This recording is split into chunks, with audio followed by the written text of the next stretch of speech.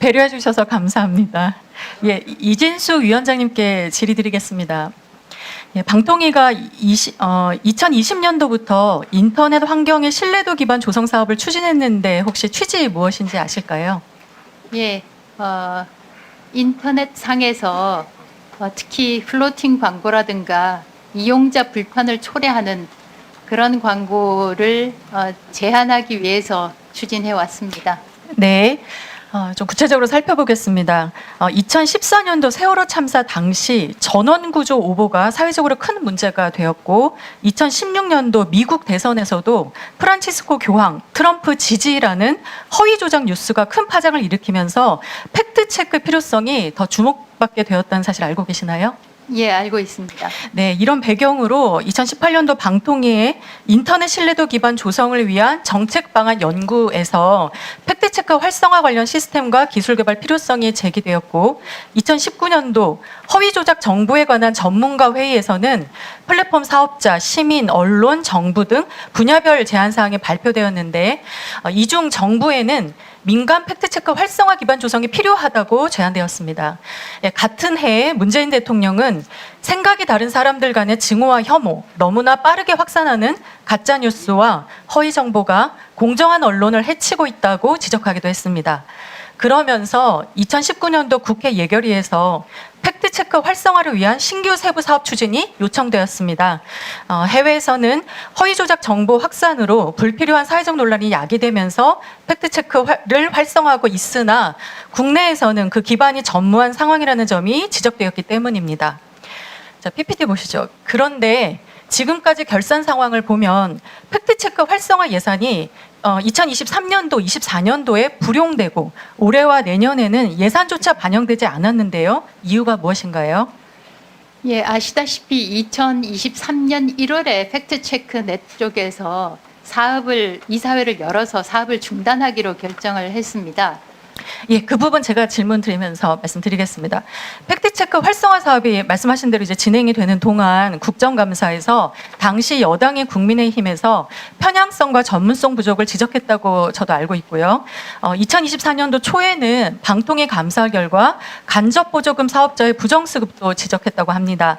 반면 그 해당 사업자인 빠띠 아까도 언급이 되었는데요. 방통위가 제시한 기준을 따랐다면서 보조금 환수, 제재 부과금 부과에 강력하게 반발하고 있고 현재 이의 신청까지 한 것으로 알고 있습니다. 그런데 이 시기를 상세히 들여다보면 SNU 팩트체크의 네이버 지원이 끊긴 게 2023년 말인데 공교롭게도 시청자 미디어 재단의 팩트체크넷 사업에 대한 방통위 감사가 바로 다음 달 9월에 시작이 되었습니다. 그리고 10월 국정감사에서는 당시 이동관 방통위원장이 철저히 감사하겠다고 했고 이에 맞장구 치면서 여당인 국힘은 국민 혈세로 편향성을 가진 사람들이 팩트체크하면 안 된다고도 주장했습니다. 모두 다 윤정부 때 일어난 일입니다.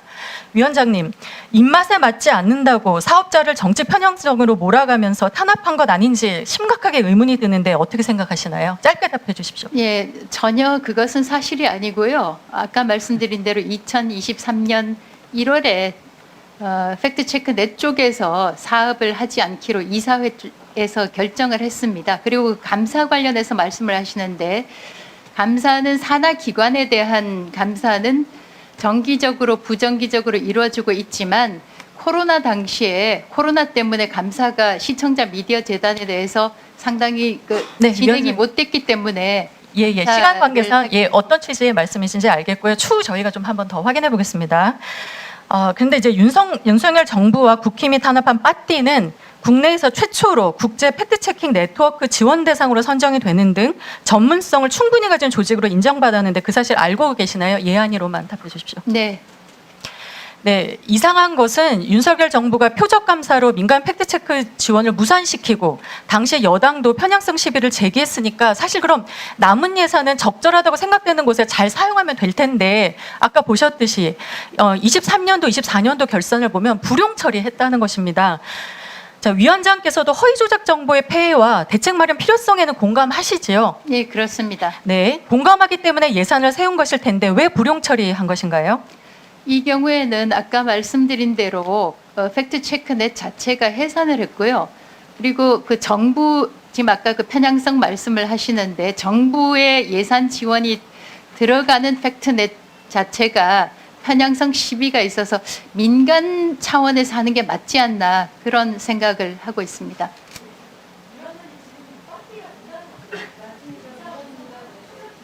네, 추가 질의하십시오.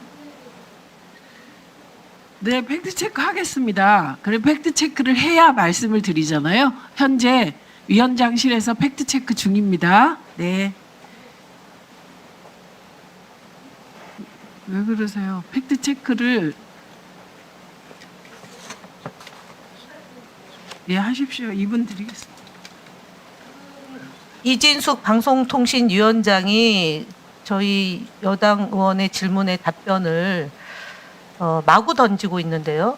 지금 인터넷 환경 조성 기반 사업이 뭐냐라고 얘기를 했는데 플로팅 광고 등이라고 얘기를 했어요.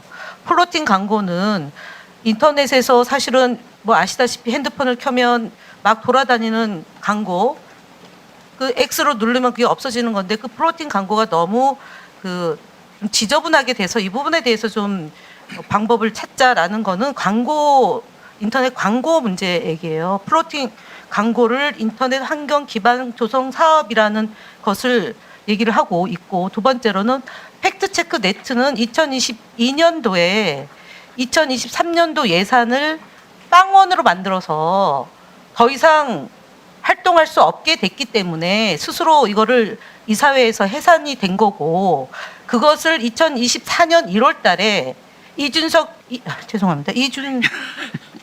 이진숙 위원장이 이진숙 위원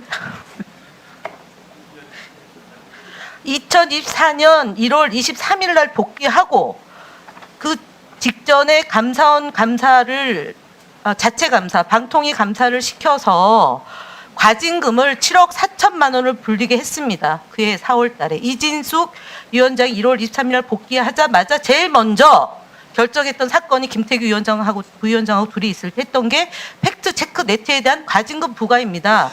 이것에 대해서 조국 혁신당의 이혜민 의원이 질의를 했고, 그런데 지금 터무니없고 허무맹랑한 답변을 일관하고 있음으로 인해서 국회의원들의 질의에 국회에서 답변을 좀 준비하고 나올 수 있도록 이후에라도 그렇게 좀 일단 준비하고 나와라. 뭐 이거는 뭐 국민들이 다 보고 계시니까 책임을 자기 답변에 대해서 누구나 책임져야 하고요. 방통위 사무처장님, 네. 팩트체크 넷과 관련한 이진숙 위원장 답변 들으셨죠? 네. 네. 저희도 팩트체크를 하겠습니다만 그 팩트체크 넷과 관련하여 자료 좀 정리해서 제출해 주십시오. 네, 알겠습니다. 네, 지금 빨리 담당자에게 연락해서 그간에 있었던 일 정리해 주십시오. 그리고 그 자료가 오면 모두에게 드리겠습니다.